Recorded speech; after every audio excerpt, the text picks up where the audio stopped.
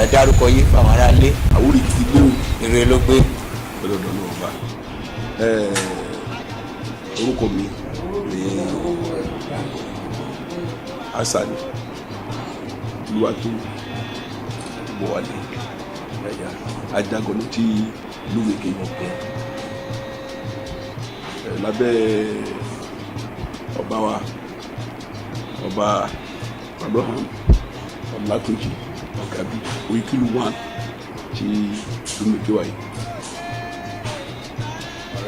Ẹ̀ka yìí gẹ́gẹ́ bí olóyè lábẹ́ ọba wa Abraham Ọlátúnjí Ọ̀gábí Oyèkìlú 1 Ajagun ti Lúmèké libí pẹ̀lú ètò lágbékalẹ̀ lélẹ̀ Àwórì yìí láti máa ṣe àṣà àwọn àjọ kí mo wá ṣọ̀kan àṣà ìṣe àti èdè wa àti eré ìbílẹ̀ wa kí ò ní parun. Mo máa gba ètò tẹ́gbẹ́kalẹ̀ yìí ni pé máa gbà yìí ẹ fi inú tọ́ra yìí ẹ bẹ́ẹ̀ ti fi inú tọ́ra yìí ìkòrìkò yóò gbọ́ kú bọ́ìsì tó ẹ fẹ́ra yìí dénú ẹ bá tọ́ra ẹ má dára yìí ètò tẹ́gbẹ́kalẹ̀ yà ọ̀fẹ́ kókú torí àìmọye ẹgbẹ́ àwọn olódìbò lágbọ́rọ̀ ọmọ à ń wà owó ilẹ̀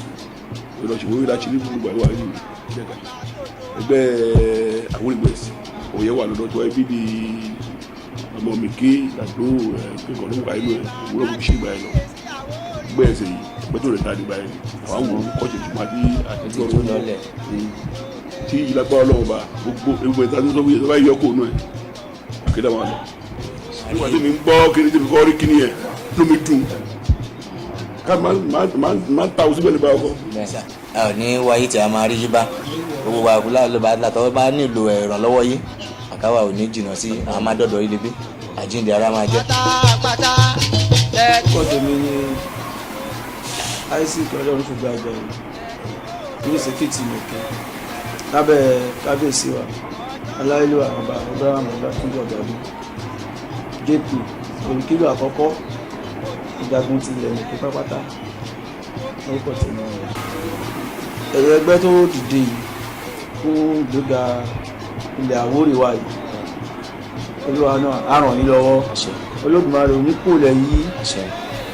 mo lè gbàdúrà pé ìgbéga náà á bá yí o ẹgbẹ́ tẹ́ gbé kalẹ̀ kò ní dàrú o àtúnfi pìtàn tó dáa ni àwọn ọmọ wa pàápàá bá ń bẹ̀ àdúrà wa gbà o. àṣẹ àníwáyé ti olóyè gbogbo àlàbà tó ní ìrìmọ̀ràn àbí ìtọ́ni ìtọ̀dọ̀ yìí a máa kàn sí àmàdébí Lúmèké oníbàjẹ́ lábẹ́ kábíyèsí wa gbogbo náà bá ti ní dáwọ́ lé Lúmèké a máa yọrí sí rere ẹ ṣé a dúpẹ́ o.